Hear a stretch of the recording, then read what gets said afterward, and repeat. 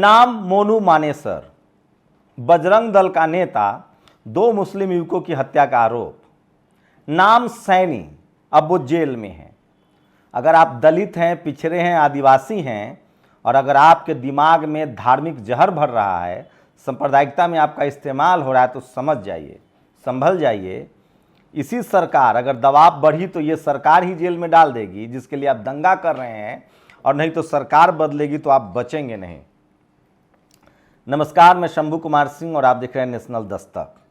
जिस समय इस देश के SC ST OBC किसान जातियों के बच्चे को दंगाई बनाया जा रहा है, बजरंग दल, BHP और किसी भी धार्मिक संगठन में धकेला जा रहा है, उसी समय इस देश में कुमार विश्वास हो या शिवराज सिंह चौहान हो या इस देश के विदेश मंत्री हो या महिला विकास बाल विकास मंत्री हो, तमाम सवर्ण मंत्रियों के बच्चे विदेश में डिग्रियां ले रहे हैं। आप किसी भी धर्म के मानते हो, कोई भी धर्म आपका हो, अगर उस धर्म का आदमी कोई आके आपके दिमाग में जहर बो रहा है, आपको किसी को मारने, हिंसा करने के लिए उकसा रहा है, तो समझिए वो आपका दोस्त नहीं, दुश्मन है। देर सवेर ही सही आपकी गाज जरूर गिरेगी और आप सलाखों के पीछे होंगे, क्योंकि भारत में संविधान की जड़ें बहुत गहरी हो चुकी है, आप बच नहीं पाएंगे।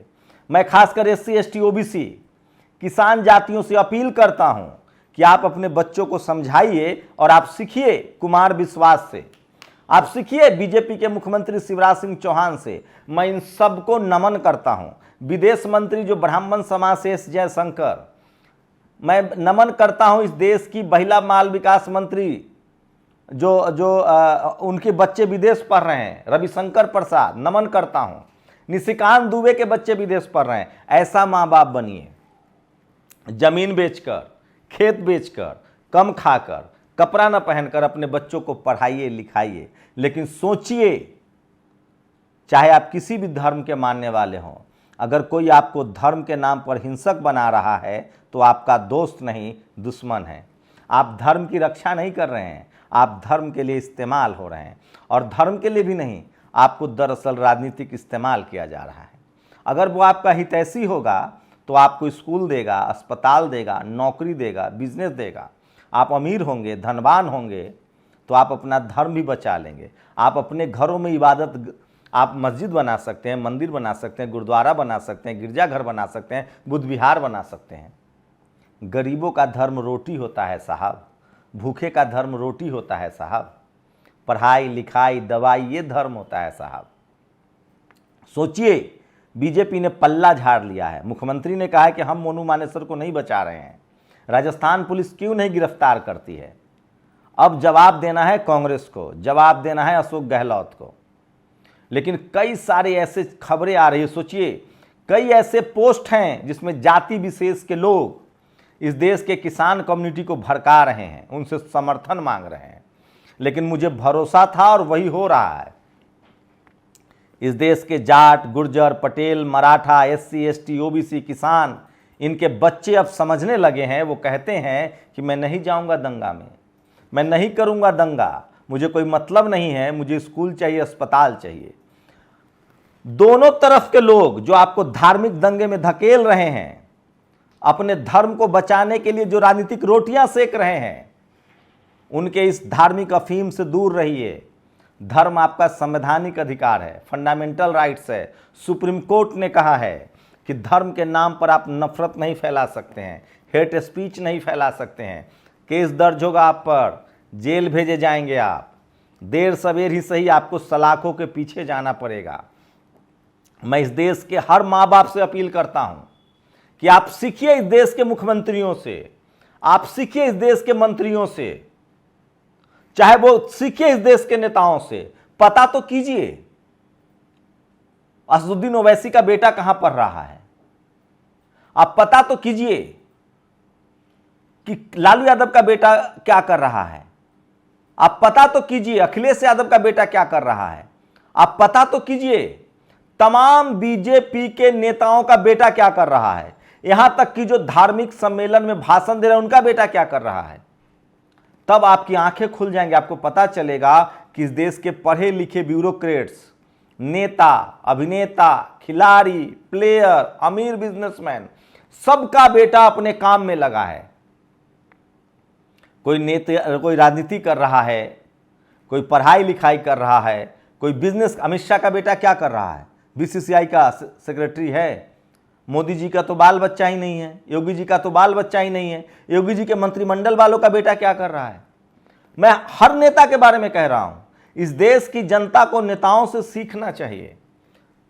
मैं फिर कह रहा हूं, कोई भी धर्म के नाम पर, चाहे वो किसी भी धर्म का हो, अगर आपको भड़का रहा है, आपको हिंसक बना रहा है, आपको जानलेवा बना रहा है, तो समझिए कि वो आपके जीवन के साथ खेल रहा है। लेकिन इस देश में अभी सबसे ज्यादा अगर कोई किसी को हिंसक बना रहा है तो वो टीवी और अखबार है। हम लोग जातिवाद खत्म करने की बात कर रहे हैं। हम लोग संवैधानिक डाइवर्सिटी की बात कर रहे हैं, संवैधानिक अधिकार की बात कर रहे हैं। धर्म आपका फंडामेंटल राइट्स है, सभी धर्मों का स्वागत है। आप किसी भी धर्म को मान सकते हैं, आपका निजी हक है। लेकिन आप धर्म के नाम पर किसी को टॉर्चर नहीं कर सकते हैं, किसी की हत्या नहीं कर सकते हैं, किसी को मार नहीं सकते हैं। और जो नेता आपको लगता हो कि वो आपके धर्म के पक्ष में बोल रहा है, समझिए वो भी आपका इस्तेमाल कर रहा है। जो अभिनेता, नेता, खिलाड़ी, प्लेयर या कोई भी आदमी जो आपको धर्म के नाम पर हिंसक बना रहा है, वो आपको पढ़ाई लिखाई, दवाई, अस्पताल, स्कूल नहीं देगा। और देर सवेर सोचिए, मोनू मानेसर पर हरियाणा सरकार ने हाथ खींच लिए हैं। और मैं एक बात और कह रहा हूं, अगर आप किसान जातियों से हैं, अगर आप SC ST OBC हैं, अल्पसंख्यक समुदाय से हैं, तो आपका बचना मुश्किल ही नहीं नामुमकिन है। इसलिए किसी भी तरह के सांप्रदायिक दंगे में शामिल ना हो। सुमित चौहान ने लिखा है, बड़े पत्रकार हैं। मैं इस देश के बहुजनों से अपील करता हूं कि अपने बच्चों को समझाएं और दंगे में न भेजें। इस देश के अशोक भारती ने लिखा है, इस देश के तमाम लोग लिख रहे हैं कि अपने बच्चों को धार्मिक हिंसा से दूर रखें, सांप्रदायिकता से दूर रखें, जातीय हिंसा से दूर रखें, लैंगिक भेदभाव से दूर रखें। नेताओं से सीखिए। मैंने तो नाम गिना दिया सारे नेताओं का।